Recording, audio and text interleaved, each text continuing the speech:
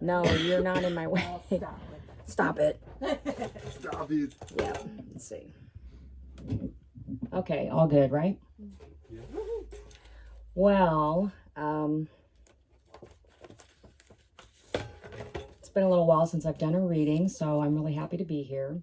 But I will say that I'm not going to necessarily have the sense of humor or the lightness that that Jasmine and that Nathan brought.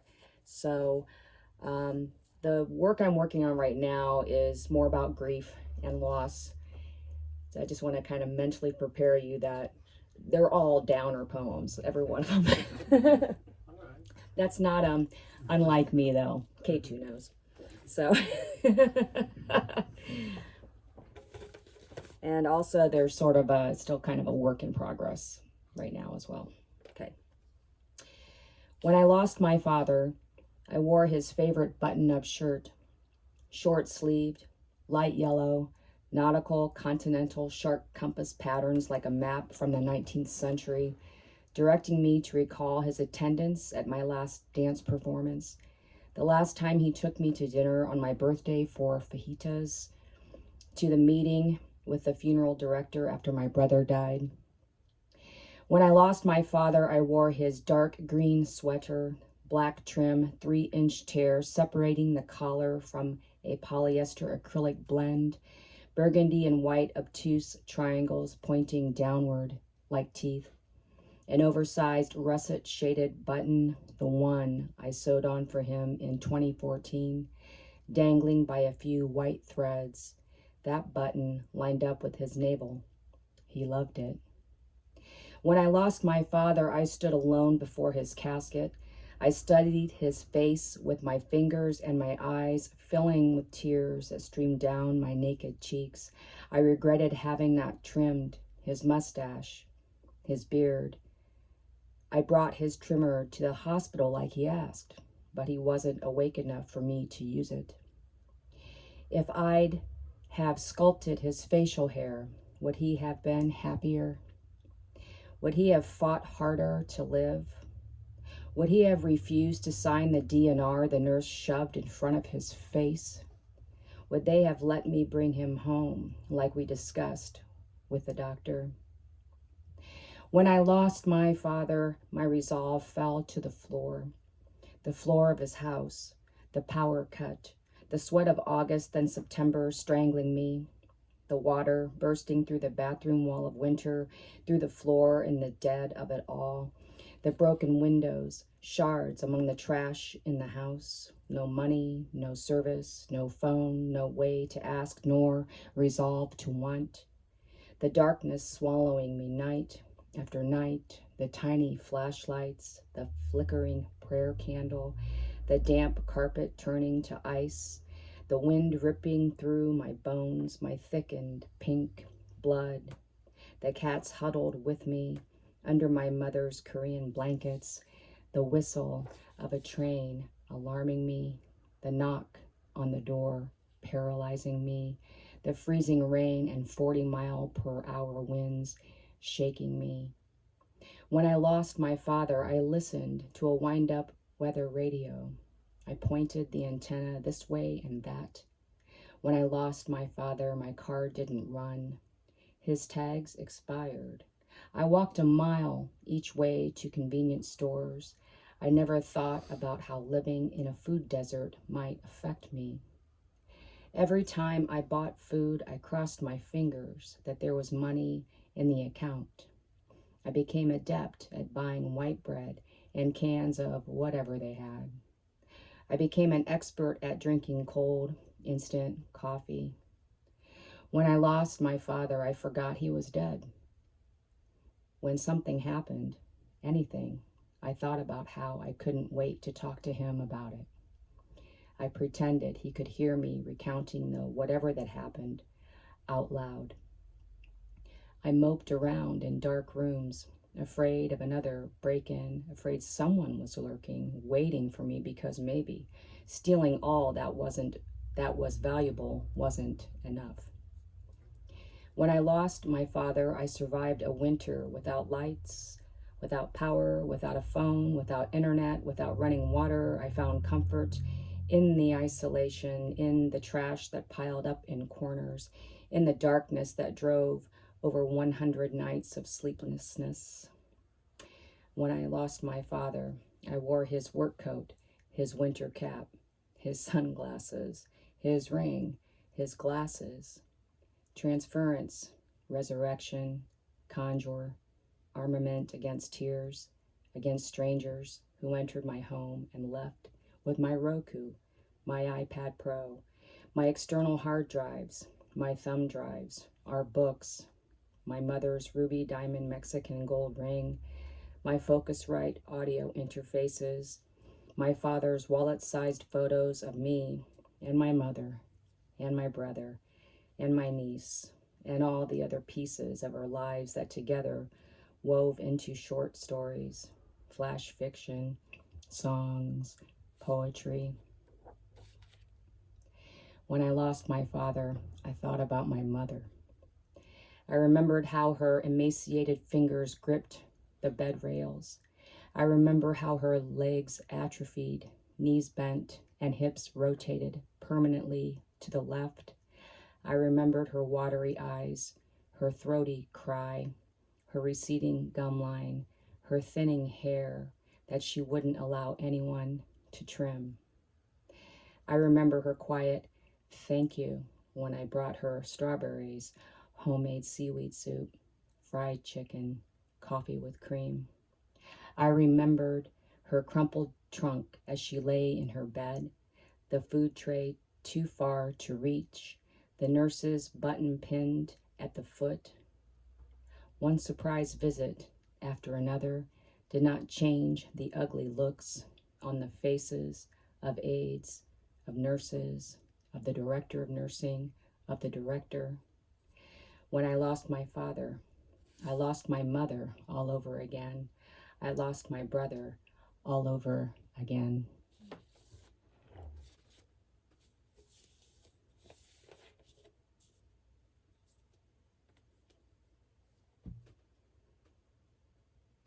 At your gravesite,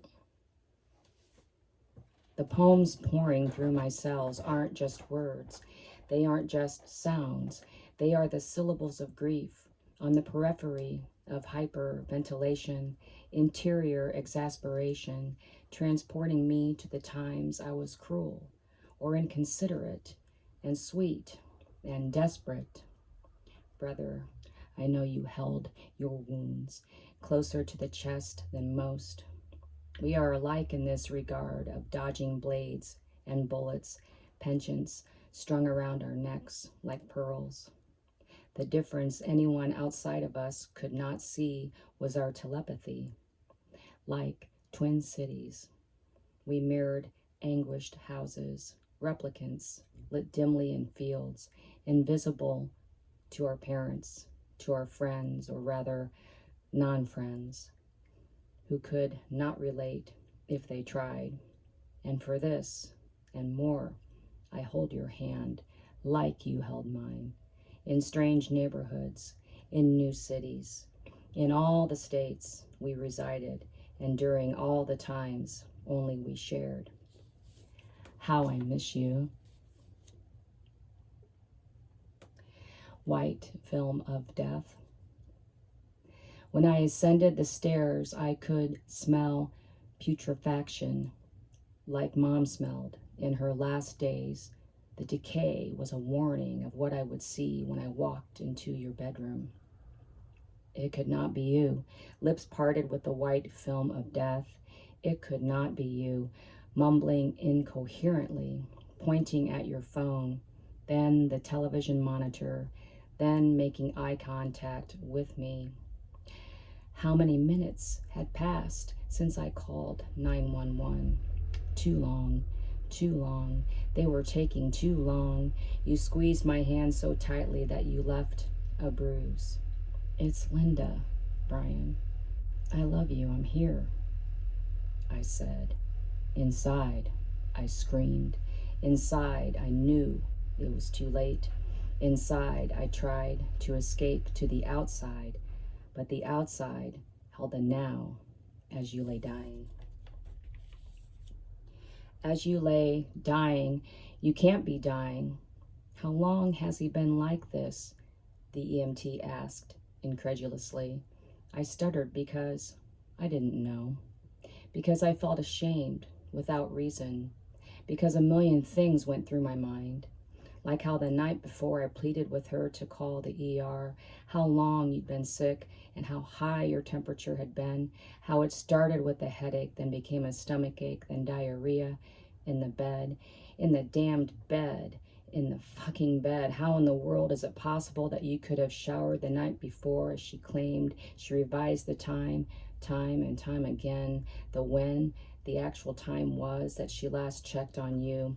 First, it was 9 in the morning, then she called me immediately. Then it was right after breakfast at 7. Then it was 3 in the morning. Then you'd miraculously, she didn't know, suddenly became worse, she swore. You just showered the night before and walked from the bedroom to the bathroom, but made a mess on the floor. I can't swallow. I don't believe you were too angry to go to the hospital. No, not after I'd ascended the stairs, saw you sitting there in a pool of sweat and delirium in a sheetless bed. No, no, no. Not later when I watched the ventilator forcing air and forcing life and forcing breath that ended up no longer being breath, but instead a senseless death. A senseless death. Your death was senseless, and I'm angry. This indelibly pressed bruise. Your eyes gaze a blurry breath of death, glazed over, bloodshot, like the mass killing of yesterday, of tomorrow, of every day. From your mumbled syntax, I try to glean meaning, as it follows your index finger that points, then attempts to press the touch screen of your iPhone, then presses, squeezes the soft spot between my forefinger and thumb, PSI infinite. It's the indelibly pressed bruise, like a bloody rose petal, like a broken back, like a nimble but stiff neck, stuck in time, that shifts your hazel eyes as you blow little bubbles from the white film of your lips, from the white film of your lips, nonsensical speak, altered state, brain on fire, 106.4 degrees by the time the respirator tried to help you breathe, and I sat helpless behind the glass, watching your chest rise and fall with such force that all I can describe it is violent.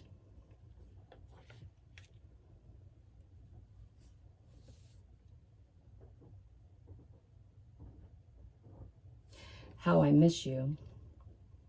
I remember the Hot Wheels track in Sandy, Utah, where Play-Doh became cookies and cakes, and where no Barbie lay. The double loop of the racetrack didn't want to stay together, but you tried nonetheless. I always thought I'd have more time to tell you what I remember about us. Did you die before we could toss the Nerf ball one last time? Is it possible that until you died, you loved the Dallas Cowboys, and I couldn't care less unless they played the Steelers? The Squealers, you'd say, and I'd laugh. Why did you die and leave me with this indelibly pressed bruise?